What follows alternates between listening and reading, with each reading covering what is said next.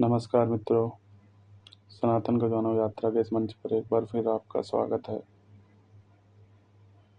तो आज बात करेंगे धर्म और अध्यात्म के भेद के बारे में।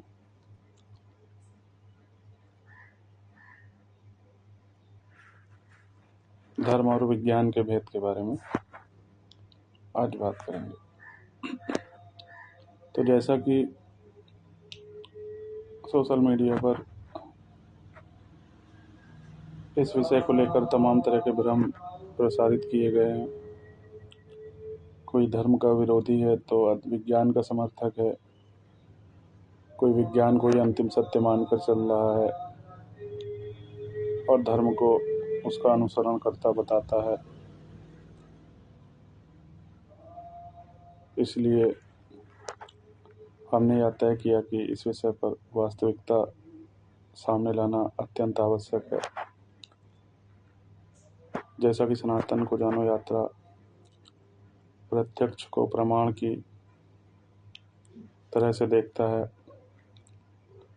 और जो हमें प्रत्यक्ष लगता है उसे ही सामने लाने का प्रयास किया जाता है और उस पर प्रकाश डाला जाता है। यहाँ पर अन्य किसी प्रमाण को हमारे द्वारा सामने नहीं रखा जा सकता, नहीं रखा जाने योग्य है। तो आइए जानने का प्रयास करते हैं कि धर्म और विज्ञान में क्या भेद है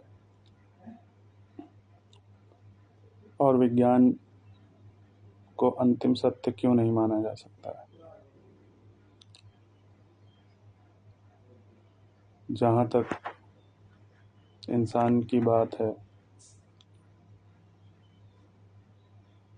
तो अपने प्रारंभ से ही उसे बताया गया है, जन्म से जब शिशु जन्म लेता है उसके बाद जब वो अपनी एक सक्षम अवस्था पर पहुंचता है जहाँ पर वो संसार से परिचित होता रहता है और कुछ ना कुछ सीखता है, तो उसे यह अवश्य हर बार बताया जाता है कि सत्य पर विश्वास करो, असत्य को धारण मत करो। तो जब इन दो आँखों द्वारा देखा जा सकने वाला ही सत्य है,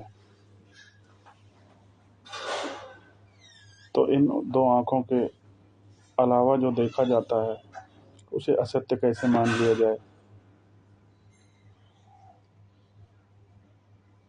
अगर वास्तव में हम अंतिम सत्य पर ही विश्वास करते हैं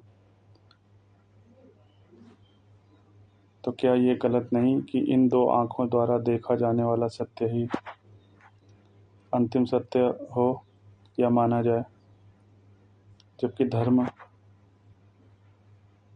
इसे नकारता है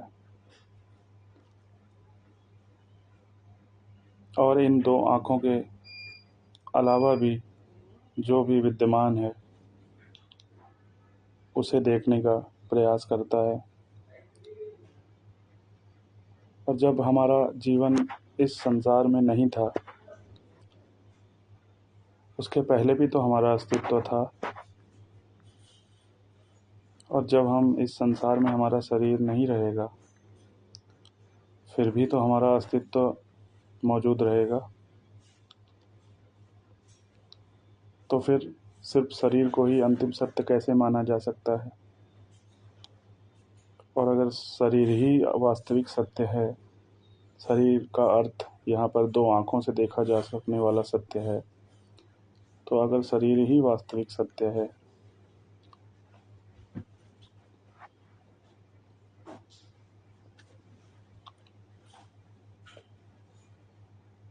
तो यह कैसे माना जाए कि जब व्यक्ति की मृत्यु होती है, खास करके सनातन में, तो जो शब्द बोला जाता है हरि नाम सत्य है, राम नाम सत्य है। तो यह क्यों बोला जाता है?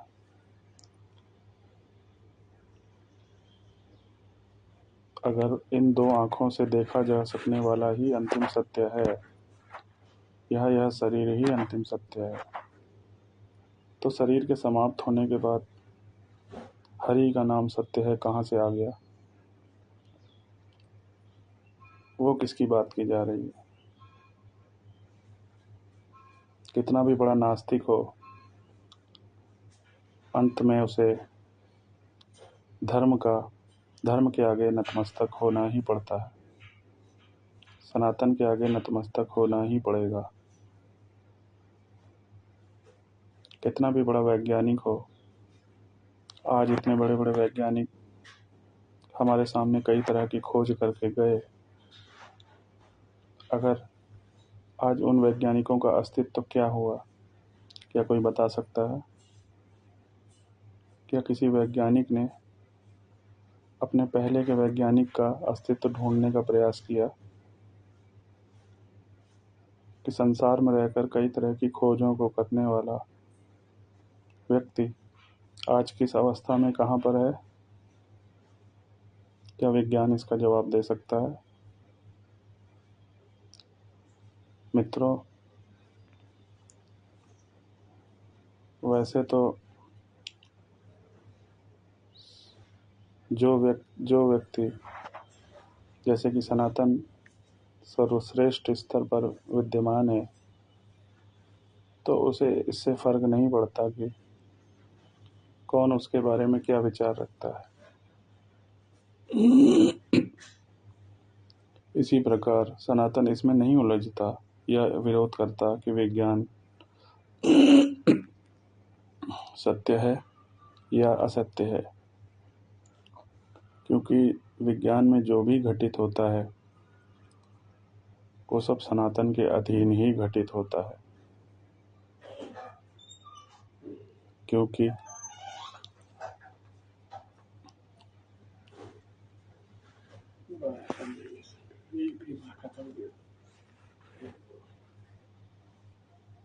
हम पूर्व में कई तरह के उत्पादों का प्रयोग करते थे, जिनमें विकास द्वारा आज उनके नए रूप का इस्तेमाल करते हैं। जैसे पूर्व काल में कीपैड फ़ोन के, मोबाइल के इस्तेमाल प्रचलित था, जबकि आज तकनीकों के अनुसंधान द्वारा नए उत्पाद प्रकट किए गए हैं। तो ये जो विज्ञान का बढ़ता हुआ सफ़र है, ये भी कहीं ना कहीं सनातन के अंग के रूप में ही तो है। तो सनातन को विज्ञान का विरोधी किस प्रकार मान सकते हैं? वास्तव में जो विज्ञान है वो माया का अंग है, माया के अधीन कार्य करता है। इसीलिए निरंतर बदलाव विज्ञान का एक आवश्यक अंग है। जैसे पूर्व में बिजली द्वारा प्रकाशित बल्ब अलग प्रकार के थे, उसके बाद CFL आया, उसके बाद आज LED हम प्रयोग कर रहे हैं। तो जिस प्रकार से विज्ञान में भी उत्पादों का जो स्वरूप है वो बदलता रहता है, ये माया का स्पष्ट लक्षण है, जो तरह तरह के रूप धर के आदिकाल में जिस प्रकार देवताओं को छला जाता था, कोई राक्षस एक सुंदर युवती के वेश में आता था, पूतना कृष्ण को मारने एक सुंदर स्त्री का रूप धारण करके आई थी। उसी प्रकार आज विज्ञान नए नए स्वरूप में हमारे सामने प्रकट हो रहा है।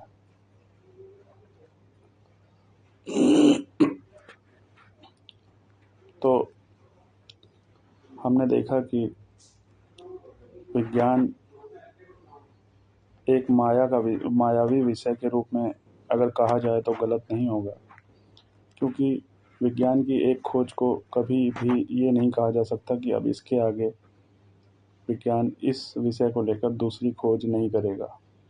उसका ज्ञान भी निरंतर बदलता रहता है। जब वैज्ञानिकों ने नया एक बल्ब खोजा था तो उन्होंने कहा कि यही प्रकाशित करेगा घरों को, लेकिन कुछ समय बाद हमने बल्ब के रूप में बदलाव देखा और कई बदलावों से गुजरता हुआ वो बल्ब आज हमारे घरों में एलईडी के रूप में विद्यमान है। तो विज्ञान को अंतिम सत्य नहीं माना जा सकता, क्योंकि जो विज्ञान के खोजें हैं, आविष्कार हैं, वो भी बदलाव के अधीन हैं। वो भी निरंतर बदलाव करते रहते हैं। इसलिए जब विज्ञान ही अपने उत्पादों को अंतिम सत्य नहीं मान रहा, तो भला धर्म विज्ञान को अंतिम सत्य किस रूप में मान सकता है?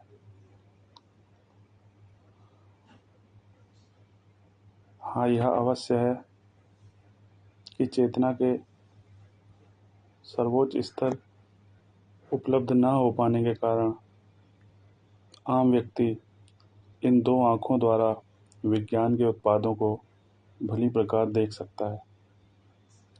इसलिए यह मान्यता होती है कि विज्ञान ही अंतिम सत्य है, लेकिन विज्ञान केवल उसी अर्थ तक अंतिम सत्य है जिस अर्थ तक कोई व्यक्ति इन दो आँखों द्वारा देखे जाने वाले विषयों को ही अंतिम सत्य मान रहा हो।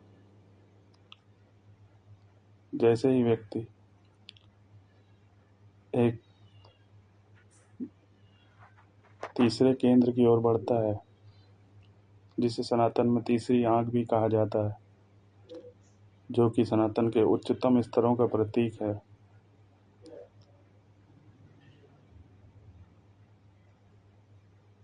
तुरंत ही एक संयोग घटित होता है जिसमें कि उसके सामने नए आयाम खुलते हैं और उसके स्तरों की यात्रा प्रारंभ होती है। अब उसी व्यक्ति से पूछा जाए कि क्या वह दो आँखों द्वारा देखी जा सकने वाली चीज़ों पर विश्वास करेगा, तो उस व्यक्ति का जवाब होगा नहीं, क्योंकि अब उसके पास वो विजन है जो इन दो आँखों से भी बढ़कर है। अब वो अंतिम सत्य की तरफ बढ़ता हुआ प्रतीत होता है। अब उसे समझ में आता है कि शरीर और शरीर में विद्यमान इन दो आँखों द्वारा ही जो देखा जा सकने वाला विषय था, उसके आगे भी बहुत कुछ अनदेखा हुआ बाकी है, जिसे कि अब वो देखने का प्रयास करता है। और इसीलिए माना जाता है कि बिना धार्मिक हुए कोई व्यक्ति अपनी तीसरी आँख को या तीसरे नेत्र को अनुभव नहीं कर सकता। मैं इस बात की चुनौती देता हूँ कि विज्ञान तीसरे नेत्र को साबित करके दिखाए। उसका अधिकार केवल इन दो आँखों द्वारा देखी जा सकने वाली चीज़ों तक ही सीमित है।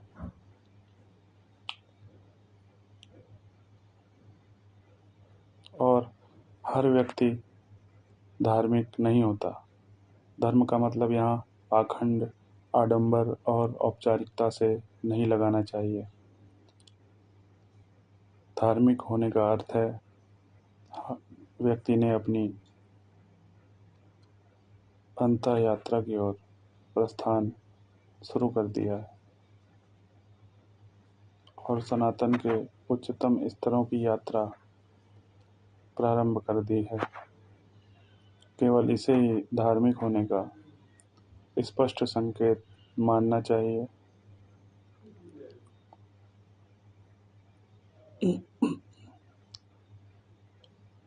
और जब तक यह आध्यात्मिक यात्रा प्रारंभ नहीं होती, यह व्यक्ति धार्मिक नहीं होता, तब तक वह उन आयामों से अनजान बना रहता है जिसे कि विज्ञान द्वारा पाखंड, ढोंग और आडंबर या भ्रम कहा जाता है।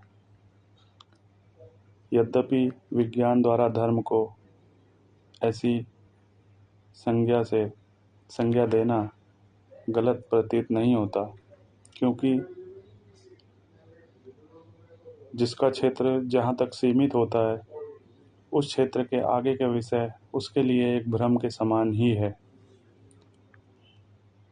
क्योंकि विज्ञान के प्रयोग और उत्पाद इन दो आँखों द्वारा सामान्य व्यक्तियों द्वारा भी आसानी से देखे जा सकते हैं।